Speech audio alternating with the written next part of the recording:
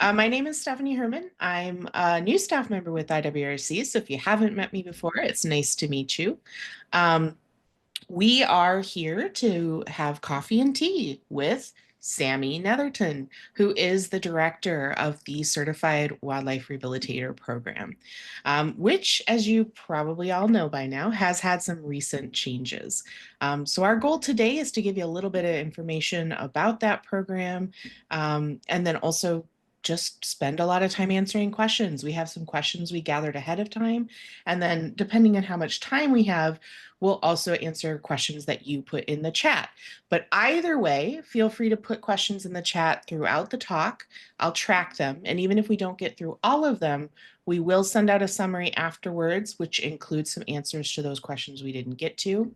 And you'll have access to the recording of the video as well if you're a member for sure. We might make it available to non-members as well, but we need to figure that out. So we'll let you know. But that's all the housekeeping that I can think of. I'm going to hand it over to Sammy. Awesome. Thank you. Hey guys. So as Stephanie said, my name is Sammy Netherton, and I took over CWR as the director a little more than a year ago. So it's been a busy year putting these new requirements into the system and getting all of that going. And what I really wanted to do was share with you guys and really break down what the new requirements are and kind of alleviate any anxiety around the change, because it is a lot of major changes. So I know for our current CWRs, it's definitely quite the switch to all of these new requirements that we need.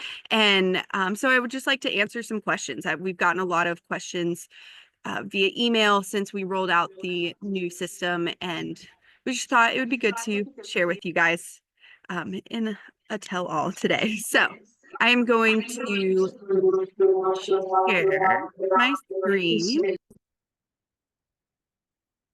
and we will get started. Yeah.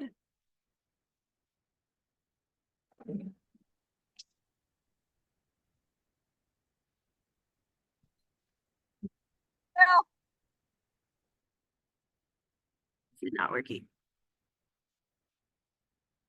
Sorry, y'all, technical difficulties. My computer's being crazy. Okay, here we go. You may want to switch to, oh, there we go. We're all good. Perfect. Awesome. All right. So thank you guys as well for being here today and for IWRC having me on. I'm really excited to get to answer some of these questions. So we'll jump right in and just break down what the new requirements are. So for CWR, Certified Wildlife Rehabilitator, you are still required to pass the exam.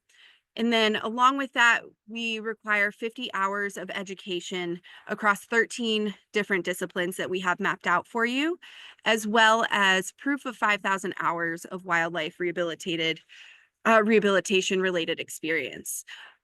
If you do have licensing or permitting that's regulated by the government in your region, we do require you to be licensed and permitted. We made this decision after talking a lot, and we do understand that there are not regulations in some areas, and so do not worry, you can still be a CWR if there are not any regulations for this. However, if you do live in a region that has requirements for this, we ask that in order to be a CWR, you must be licensed or permitted there to rehabilitate wildlife. And then beyond that, it's paying the application fee.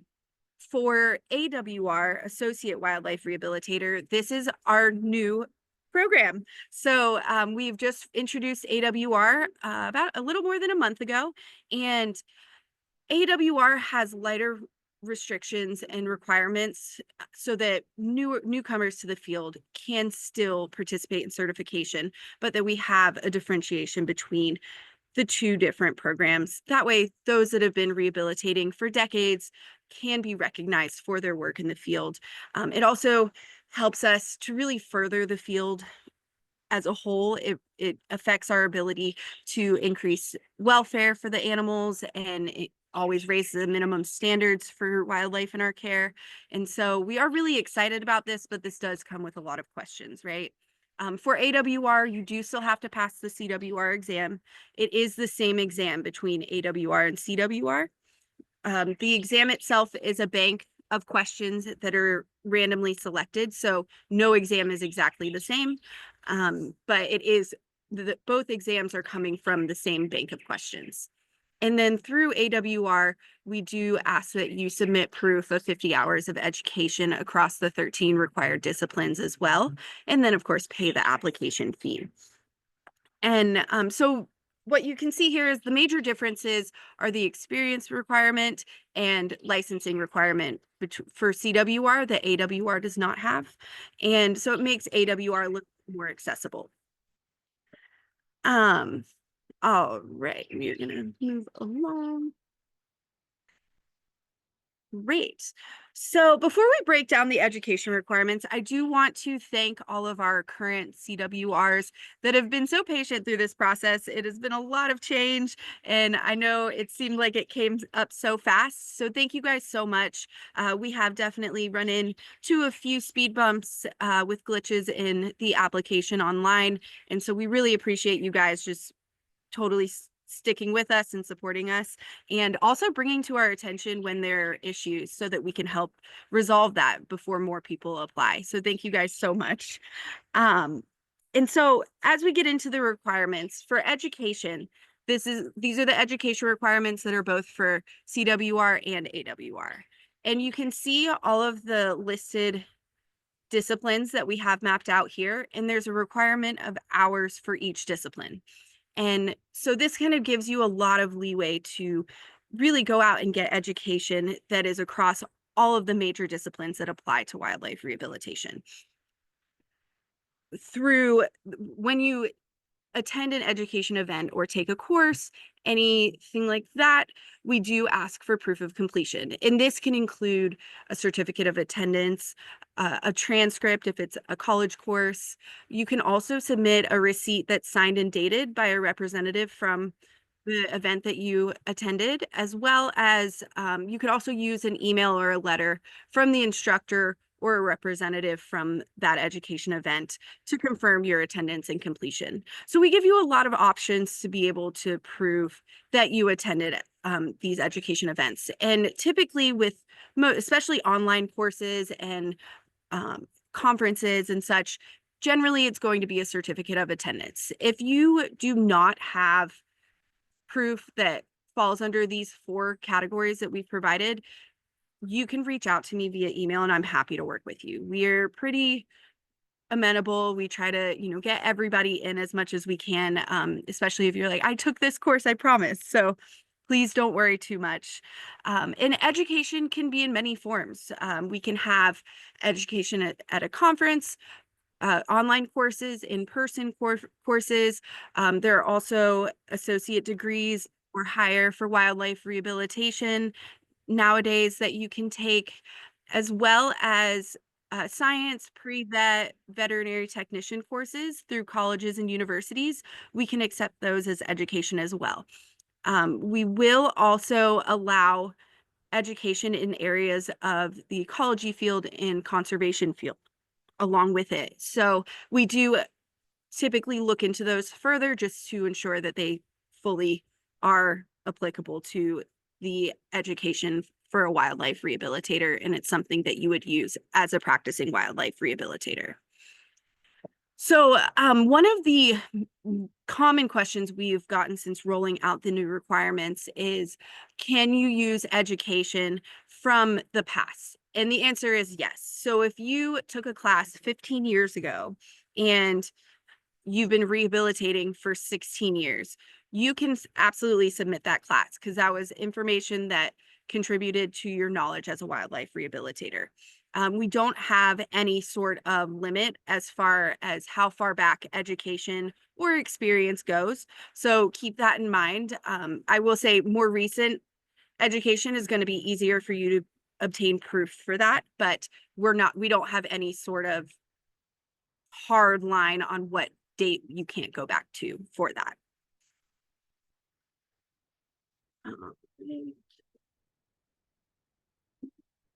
Okay, and so with the education, it's very tedious to go through all of that education and see how it applies to the different education disciplines.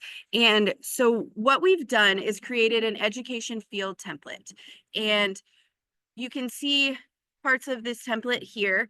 This is a PDF document that is on our webpage. It's actually on several different pages, just so you guys can truly make sure you have access to it. And you can download it and edit the PDF to be able to fill in your different education events throughout and determine which education event goes with which topic. We do give you guys a lot of discretion to be able to determine what education can qualify for natural history and behavior. And there's also some overlap because we know everybody goes to conferences and takes courses that might apply to multiple of the different disciplines. And so you can spread that out. So say that you took a 4-hour course and it covered physiology, nutrition, fluid therapy and hydration. What you could then do is go down to your physiology table on the education field template, and then you'll fill out what the education was and put in how many hours of that course applied to that subject. And then you could use another hour to apply that to a different subject that was also included in that course. So there's a lot of overlapping, especially when it's really long education, like a semester long college course or a conference. I know NWRA is coming up, so that's exciting. We'll have a lot of education opportunities there. And so through that, you can decide, okay, I know that I spent 2 hours learning about this subject. And we ask that you note that in the number of hours field, and then you figure out how many hours that education event is worth based on how many hours attended and or what is allotted from the organization hosting the event. And then you can go through and split those hours up. We do not allow splitting up more than or less than 1 hour. So you can't say I put half an hour in handling and restraint and half an hour in basic physiology if you took a 1-hour course. It does have to be 1 full hour at least. And then you can split up amongst there. So if it's multiple hours of a course, you can split those into, say it's 6 hours, you can split those into 6 different education disciplines if it's applicable. So I hope that that makes sense. I know there's been a lot of confusion with that. And the education field template really is wonderful to go through to be able to visually see, okay, what do I need still for completing this education requirement?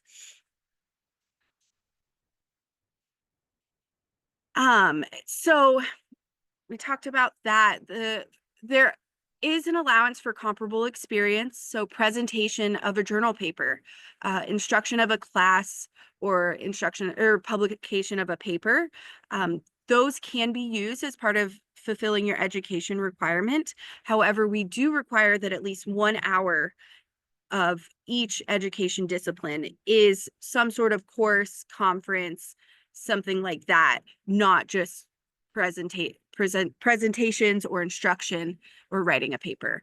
And so that means, you know, if you present a lot and do a lot of writing peer-reviewed journals, you can use a lot of that education, but we will still need those courses to show that foundational knowledge in the field. All right. And then as far as experience requirements, so this is one thing that we've gotten a lot of questions about as well.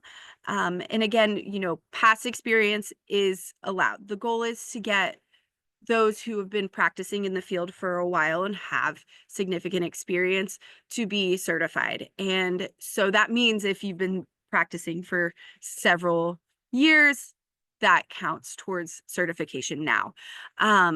We do allow for some leniency as far as your experience goes. So if you attend a conference, I'm sorry, if you participate in an internship and or an externship within the field of wildlife, veterinary, ecology, or conservation, we can accept that as part of your experience if you can document how it applies to wildlife rehabilitation, mainly towards ecology and conservation. We want to know what about that experience is applicable to the wildlife rehabilitation field. Participation in research as well can be applicable. And then employment or volunteer work at a wildlife rehabilitation center or with a private rehabber, any organizations doing anything where you are being paid to or volunteering your time to help actively rehabilitate wildlife. And then there's at home and independent wildlife rehabilitators. So that experience is totally okay. We have so many private rehabbers out there, especially down here in Georgia. I think most of the rehabbers in our state are private rehabbers, and that does count for experience. There are a little bit more extensive requirements to prove your experience through at-home rehabilitation. And we have those listed out on our page for the CWR prospective CWR guidelines and requirements page on the website. You can find towards the bottom of the experience section, there's a whole list of what all we need to see if you're a private at-home wildlife rehabilitator. And again, there's leniency. We want to work with you guys. And so if you have any questions at all and you're not sure if something will work, please ask. I'm available via email, which you guys will have access to at the end of this. And I'm happy to answer any and all questions. I know there are a lot. So then that brings us to those that are already CWRs prior to 2025.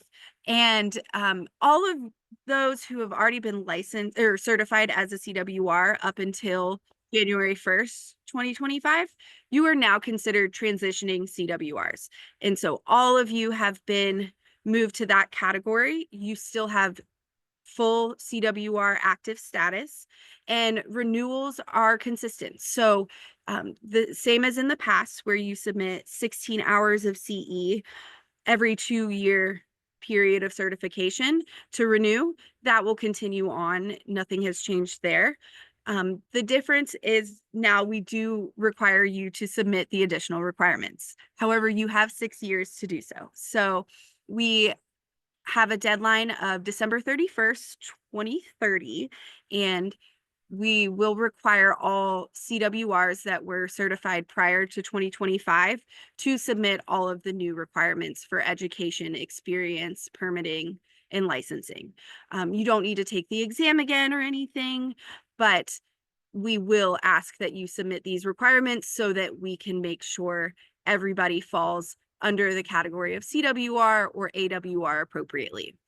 If you get towards the end of the grace period that we're allotting and you realize you will not have the experience hours in time to be able to fully transition to the new requirements, you can then go to become an AWR with that if you have the education requirements. So we're not just totally kicking you out of CWR. We love you guys. We want you here. And we also are open to discussing with you options as well. I do recommend not to freak out, not to rush. You have 6 years, and within that 6 years, you'll have several renewal periods for CWR to come up. And so I recommend that you choose CE that you're planning to submit for your renewal that fulfills an education field discipline that is part of the CWR application now. That way you can fulfill your education requirements and also renew your CWR all at the same time.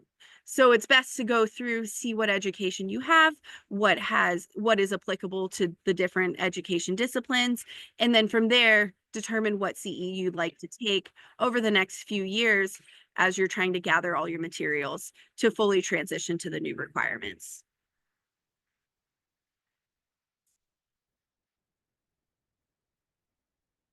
All right. So I kind of ran through that really quickly. It felt like it was going to be a lot more information, but it really is, everything is laid out on the webpage. However, I am also totally available via email. If you guys have any questions beyond what we answer today here, I am happy to chat with you. I can also set up video calls. So please keep that in mind. You are not just left in the dark here and on your own. You can also email our assistant director, Jordan. So our email addresses are up here. There were some questions that were submitted ahead of time that I would like to address. Is that okay, Stephanie, if I go ahead and answer those? Yeah, so what I'd love to do, if it's okay with you, is to just ask you the questions and have Yeah, you answer them. Does that sound okay? absolutely. Yeah, totally. Okay.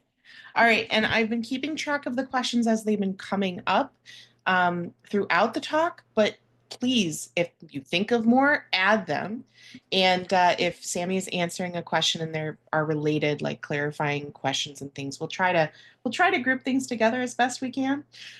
We'll do our best, but either way, don't worry, you won't get missed. Awesome. All right. So to start, we had a question from someone who wanted to know, I log my volunteer hours through my employer, not my organization. It's part of a community service grant program.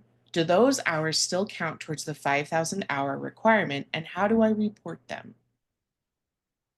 Perfect. So with that situation, that is more of a special circumstance, and being that the organization can speak to what your duties were while you were volunteering there, and then your employer can speak to the hours completed.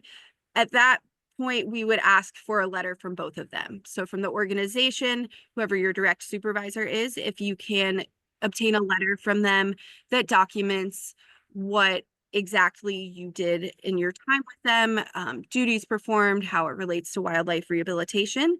And then your employer can then send us a letter, say, or give you a letter to provide with us in your application to document how many hours you've completed. And that can be rather short. We just need an official letter to state exactly what you have done so that we can approve your experience requirements. Now, some organizations allow you to export like your hours report or something like that. Would that count as well as a letter? Or do you need the letter and that exported list? The export list would be great. That would be sufficient. Awesome. Okay. I don't see any clarifying questions popping up for that one. So next, is certification the same thing as a permit? How does certification impact my permitting process, or does it at all? So, great question. I have gotten this question many times over the years, and it has actually been one of the driving factors of us creating the split levels with CWR. So, certification is not a legal binding ability to rehabilitate wildlife in your region. If there's a governing body that provides regulation for wildlife rehabilitation in your region, certification is not going to be able to say, hey, you can legally do this here. Certification is rather more of a step beyond licensing and permitting, and more for those that have been in the field for some time, enough to accrue experience and really be well versed in the field. And so if your area does have permitting and regulations for that, you do still need to obtain that permitting or licensing to practice legally there. Thank you. That's a good question. All right. So I'm interested in becoming a wildlife rehabilitator, but I'm not sure where to start. Is the certification program right for me? And how do I get the experiences and classes I need? Awesome. So, as far as somebody who's just entering the field, that is where AWR comes into play. And so, if you are interested in becoming a wildlife rehabilitator, I would look more towards achieving AWR status before considering becoming a CWR. And in order to really get yourself into the field, I usually recommend to start volunteering with a local wildlife rehabilitator, whether they're an at-home rehabber or an organization that you can come to their center and help work with the animals there. This is going to be the best for you to be able to get your feet wet, understand what the field is, and really learn how to rehabilitate wildlife. And from there, education also plays a factor, right? And so I recommend taking online courses, going to conferences. This is going to really give you a good foundational base for getting into the rehabilitation field. Once you have the education would be the time to start looking into AWR, but certification as a CWR at this time is not going to be the best fit in that circumstance. Okay. And just a little piece of information that might be helpful in that sort of process is that we do have a giant list of a lot of different approved certified courses, classes. There's books on there. There's a lot of different pieces of information on there. Maybe Kai, you can post that in the chat for us. But that's a really good place to get started because a lot of those, some of them are in person, some of them are in various languages, various regions around the world, as well as online. So you can start there for things that are already pre-approved to start taking classes. Yes, and one thing I would like to add to that, going to conferences and such, that's a really great way to meet other rehabilitators who have that experience and could share their knowledge with you. Especially they might live in your area and be willing to take you on as a volunteer and perhaps a mentor as well. And so, reaching out and searching for other rehabilitators in your area is a great resource to learn the process. To become licensed or permitted, if your region requires permitting, I usually just do a quick Google search to figure out what the licensing process is for different areas. In the United States, it's oftentimes through the Department of Natural Resources, or fish and wildlife organizations in your state. And so there's likely other rehabilitators in your state as well that can help you through that process. Thank you. All right, so you answered this question a little bit, but I just want to get it all in one place here. How long ago can the training courses and events that I submit towards certification be? What if I attended classes way back in the 1990s or the 1970s, you know? So we do not have a requirement for how long ago a class can be used for your education requirement. However, I do recommend if it was a class from the 90s to consider that the field has grown so much since then. We are not going to turn it away. You can absolutely submit a class from the 90s.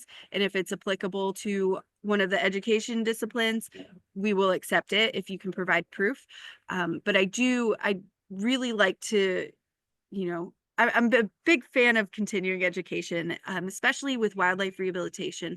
The field is constantly changing, and we've gotten so many newcomers to the field that we're seeing this progression, and we're all learning more every day. That it would be beneficial to maybe you submit a class that's in hydration and fluid therapy from the 90s, but also maybe try to look for alternative education within that field as well to make sure that everything is still similar to how it was then or to learn the new processes. Awesome.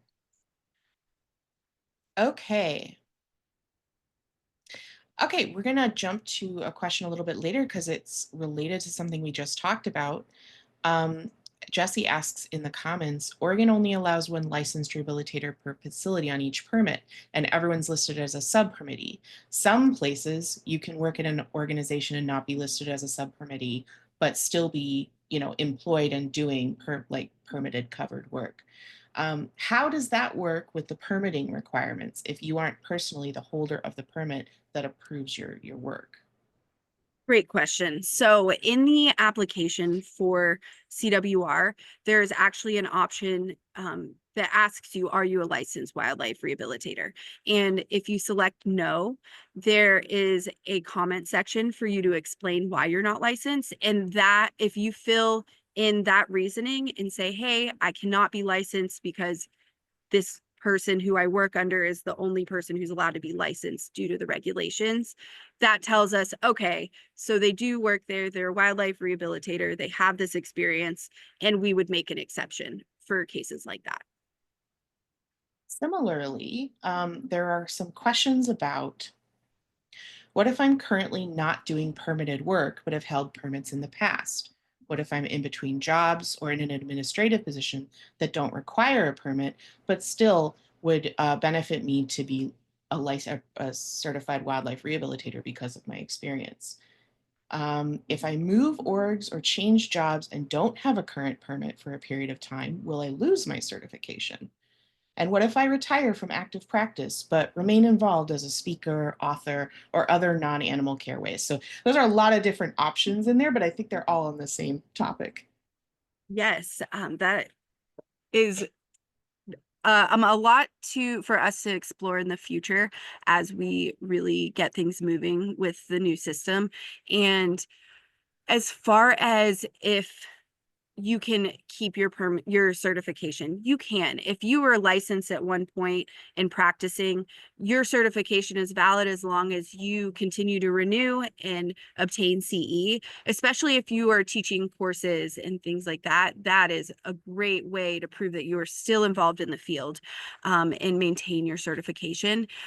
As far as moving jobs and not actively practicing, if you are still invested in bettering the wildlife rehabilitation field and can prove that with your CE, I I feel like we would not have an issue. I would have to talk with Kai and Marjan, our previous director, just to confirm that this is how we would proceed going forward, but we have not nailed that down totally.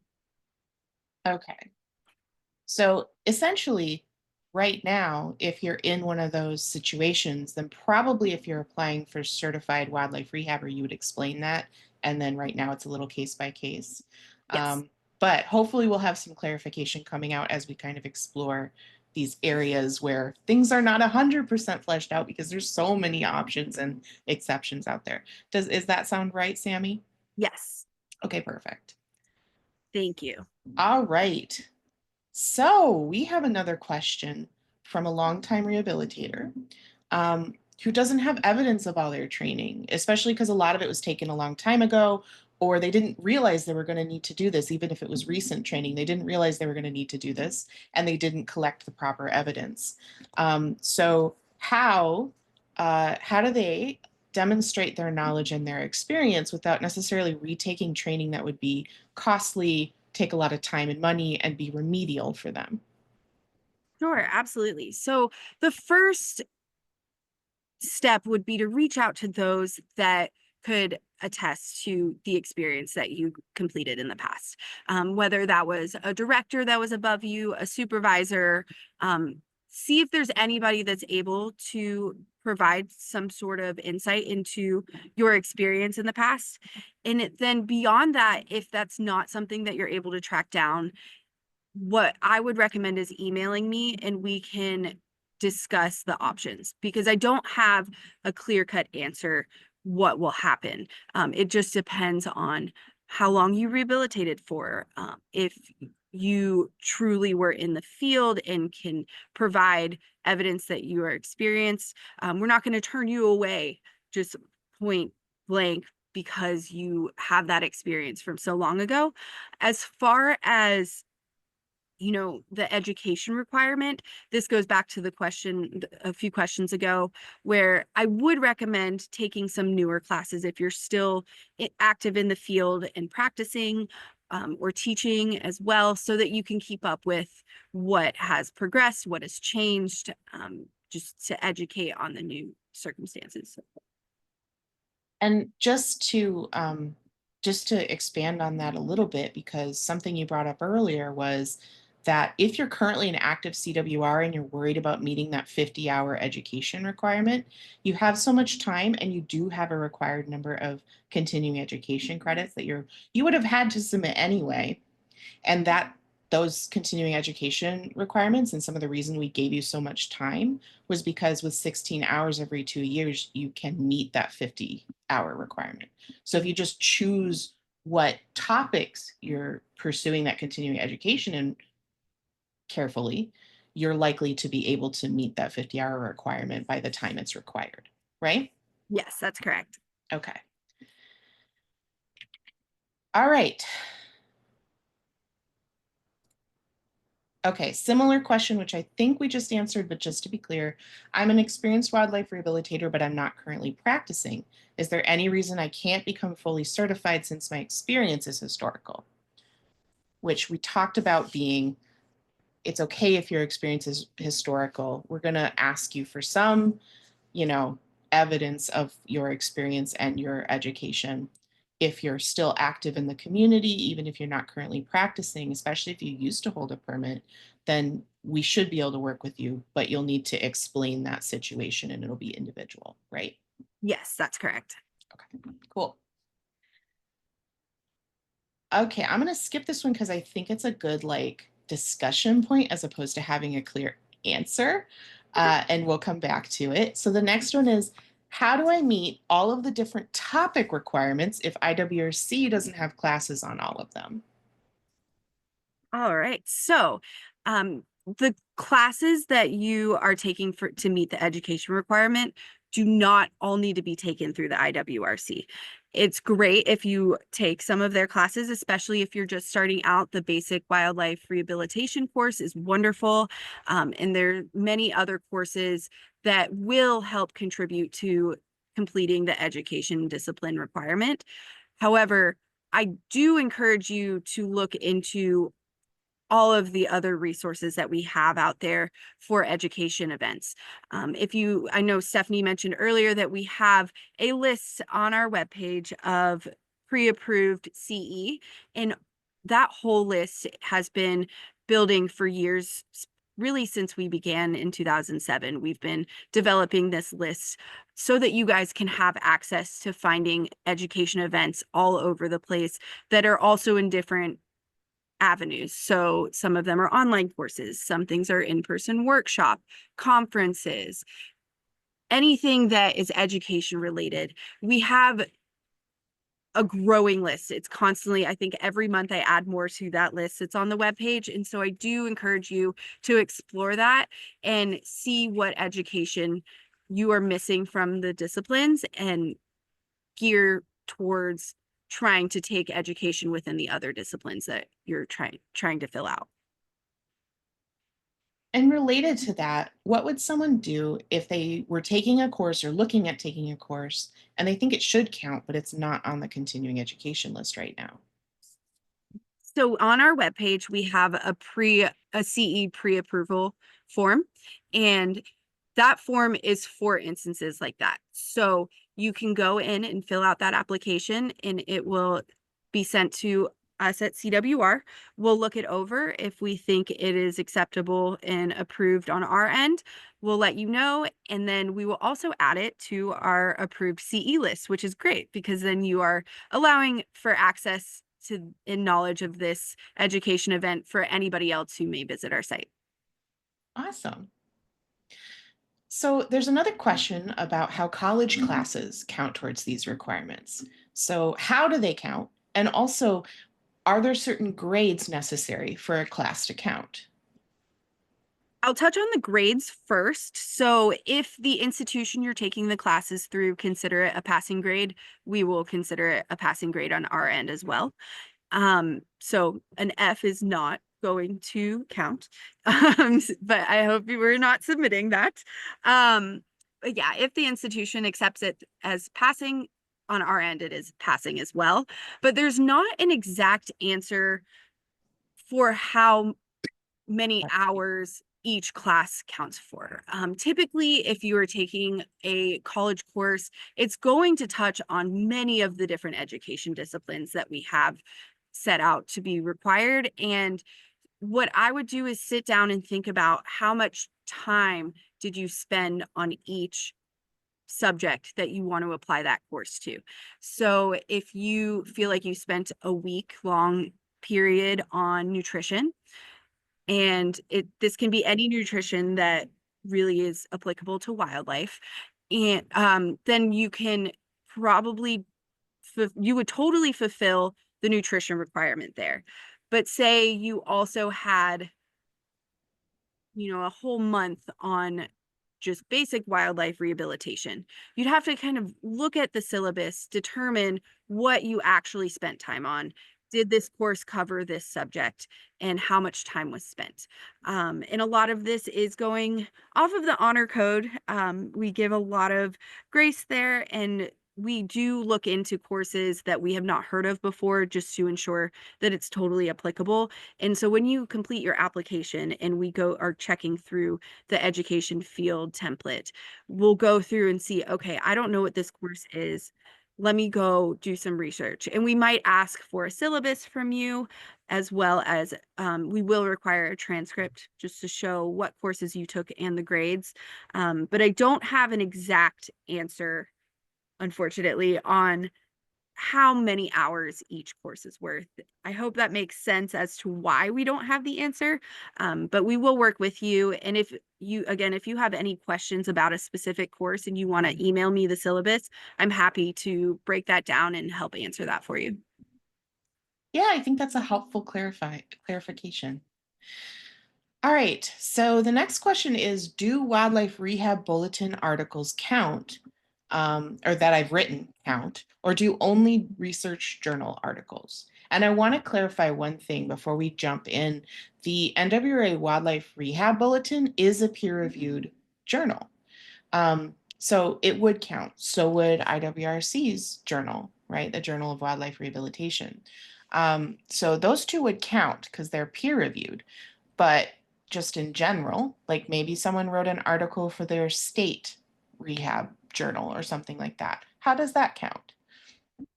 So with that, we would lump that into the category of peer reviewed journals, and it would be at the certification body's discretion. If you would like to submit it, email it to us, and we're happy to go through, determine the organization it's being posted through, and research the merit of it. That way we can truly make sure that it is applicable to our field and to the requirements. We're happy to take a look at that and consider it as acceptable. A lot of the education and experience, things are going to be different based on what you're submitting. And so there might not be an exact answer for each one. And you may have to email me and I explain it based on your circumstance. Because there's so many opportunities out there, it allows for so many different variables, and we can't necessarily give just black and white straight answer for every single thing, because a lot of it depends on the circumstance. Okay, thank you. All right. So we have a question about cost. So how much money does the program estimate is needed to obtain the 50 hours of educational requirements? Is it possible to get the necessary training for free? So we have not come up with any estimates for how much it could cost for the 50 hours of education, because this would be rather difficult to really nail down due to the number of resources and education opportunities out there and the different modes that they come in. There's no real way. I mean, I will talk to Kai and Marjan about this as well, just to make sure I'm not missing something. But because of the vast list of education that you could be taking, it could cost anywhere from $1 to $200. Or if you're going to a conference that is a week long, it could be several $100s. So it's because of how variable the education opportunities are, and how different conferences cost different amounts of money. Same with courses. You know, we don't really have a way to estimate that at this time, but I will note that to try to see if there's something that we could do to provide that for you all. Regarding, what was the second part of the question? It was Oh, for free. for free. Yes. Yeah. Okay. So I imagine there is a world in which you can find all of your education for free. There are many free resources out there. A lot of the approved CE on our webpage does have free options. There are also opportunities to join an organization online to take free courses if you have a wildlife rehabilitation permit. So like Lefebvre Vet, they allow you to create an account if you're a wildlife rehabilitator just by entering your permit number. And they have free resources, different webinars and courses and quizzes. And that's a really great resource, especially because they have so many different topics. And they do have its own wildlife rehabilitation section as well, so that what you are learning is just strictly devoted to wildlife rehabilitation. So I would explore those options if you're looking for something that is more cost effective. We did build the approved CE list with cost in mind because we know it's hard. We're wildlife rehabilitators, you know, we all understand how this works, and it's hard to fly across the world or across the country to spend 5 days at a conference. And so we have those options on our webpage so that you can figure out what works best for you and find something that isn't quite as expensive. Awesome. So we have a question about the IWRC basics course that I wonder if maybe it's better if Julissa or Kai speak to. They're asking how many hours are in the IWRC basics course and whether, how well that applies to meeting some of these education requirements. Or Sammy, if you have it on the tip of your tongue. So we are, for the basic wildlife rehabilitation course specifically, is Mhm. we Yeah. are actually developing a template for the education fields, to kind of break that up and see how you can use that course on its own for completing Okay. those disciplines. We don't have it yet. It might be some time, but I'm happy to go through it with you and try to help you determine what you can put where. I'm also hoping to have that guide out there and on the webpage for everybody to see as soon as possible so that we can break that down. All right. So we have about 10 minutes left, and there's a number of different questions remaining. But with NWA coming up next week, there's a lot of questions about NWA, so I want to make sure we talk about that. Yeah. So the NWA gives an overall certificate for attendance, but doesn't give certificates for each lecture attended. So does someone who wants to use this as either continuing education or as part of their 50-hour requirement need to get a lecture to email for each and every course? Because people are not feeling like that's very doable, especially since that's a lot of extra work for the lecturers and they don't always answer. So how do we deal with that? So with that, that is where your discretion comes into play. If you went to a lecture that was an hour long on nutrition, you can put NWRA in your education field template and say that you're putting 1 hour towards nutrition. I also have access to what the lectures are, as through NWRA's conference. And so I can go through and say, okay, there wasn't a single lecture on, this specific thing. However, the disciplines that we mapped out are what we found to be the most applicable big subjects for the wildlife rehabilitation field.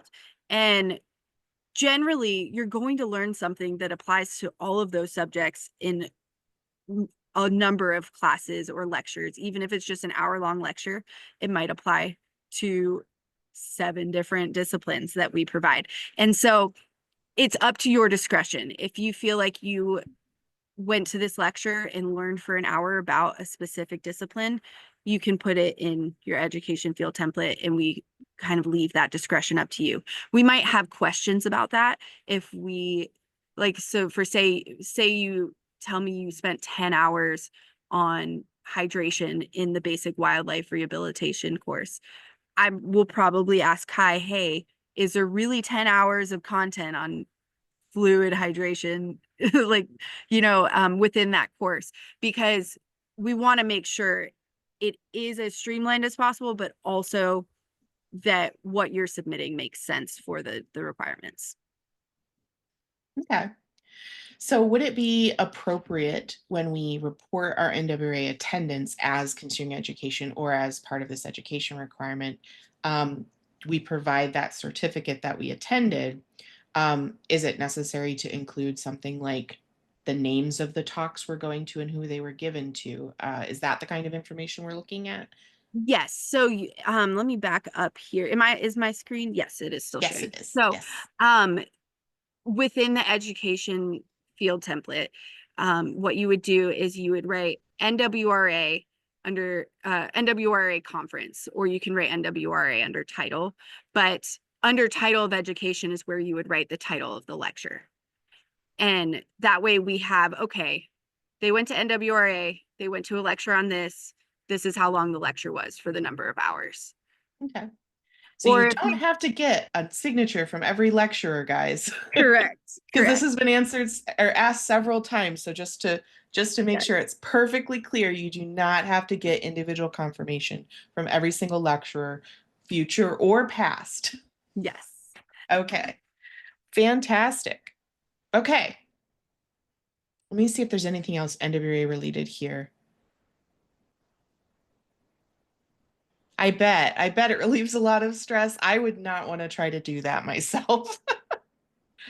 All right, here's another question, not NWRA related, but it doesn't look like I have any other NWRA ones. They're all along those same lines. So, can you use hours from an internship as education? Yes, we do allow for that. Generally, though, we'll allow for hours to be used from internship as education if there is a documented, say, like workshop within your internship. So, to break this down a little more, if you are an intern at a wildlife rehabilitation center and you come to the center a few days a week for a few months, but the duties really consisted of just general helping with wildlife rehabilitation, what in whatever means that means at the center, that would be experience related. We wouldn't really consider that education. um, if you can prove within the internship that you had different segments of the internship that were dedicated to a specific subject, then we would accept that as education. So, say once a week you had a new class from your supervisor at that center, um, that was on a certain subject, that would be different. That counts as education. Does that Okay, make sense? I think it does. Cool. We also have a clarifying question, just going back for a moment, because um, they say a signature was mentioned earlier as being required for a historical class. So could you talk a little bit about when a signature from somebody is required versus when it's not? Yes, absolutely. So I actually, nope. So, for if we're looking at the wildlife rehabilitation experience options, anything that falls under internship, research, employment, or volunteer work will require a letter from your direct supervisor or whoever is able to attest to your time and experience um, in that experience that you're submitting. Um, we do require those letters. I did have a question that somebody emailed me a few weeks ago about if there's nobody above them in their organization. And from there, we can allow board members to write it if they can attest to your time working in rehabilitation as well. So you do need a letter for all three of those, with a signature that tells us, okay, this person can confirm I worked these hours at this place. Um, for at home and independent wildlife rehabilitation, that one does also require letters, but the requirement is a little bit more extensive. So, really, any sort of experience that you're submitting will require proof that also includes a signature from somebody saying, hey, this person has this experience. With at home independent wildlife rehabilitation, I can actually go to the CWR page if that's all right. with you all, and I can talk about how that plays in. Let me see. So while we're going there, just to rephrase it for folks, you do need a witness that you actually have experience because it's hard for us to verify things. There's not like a syllabus for your experience that we can look at. That's why we're asking for a witness, right, Sammy? Mm-hmm. Okay. Yes, excuse me. Yes, so somebody has to say, yes, this person did this. And that becomes a little bit more difficult with at-home wildlife rehabilitation, right? And so through that, we do require some sort of annual report, from at least 3 years of annual reports of the patients that you took in, documenting all of this information about the patients that were with you during that time. And if you're in an area that has government regulations over permitting and licensing, you can submit the annual report that you submit to them to maintain your licensing there. And that usually is sufficient for us on our end to see exactly what you've been doing. We will also require 2 letters from either a wildlife veterinarian, a licensed wildlife rehabilitator, or an active CWR to document what your process is at home, what your setup is like, describe the patients you see so that they can attest to the experience that you have. And this also includes providing descriptions and photos of your setup so that we can assess and see, okay, this is wildlife rehabilitation happening here. We know it's happening. We can see that in these pictures.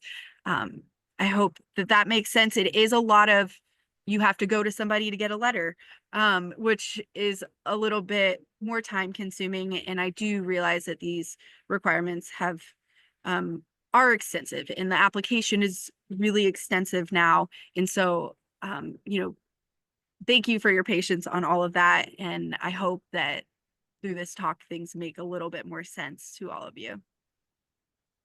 Perfect. Well, I think that's where we're going to call it because we're right at 2 p.m.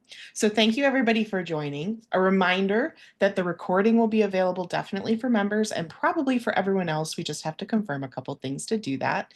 Also, we'll be sending out a summary to everybody who is registered, even if they couldn't come or you missed part of it. You'll get a written summary with some answers to things that came up before you joined or after you left. And then the other thing is that we are always available. So you can email Sammy. She had her email up on the screen for a long time. We'll include that in the follow-up so you'll have it. And you can always reach out with additional questions if you have a specific circumstance you want to discuss. There's lots of resources for you. And even if you'd like to reach out to me, I can get you in touch with the right people. But Sammy's going to have the most answers for you, the most immediate answers. So she's the best person to contact. So thank you guys so much for joining. I hope this really helped and we were able to get through a lot of information. So looking forward to seeing some renewals and some new certified wildlife rehabbers in the future. Yes, thank you guys so much for joining today.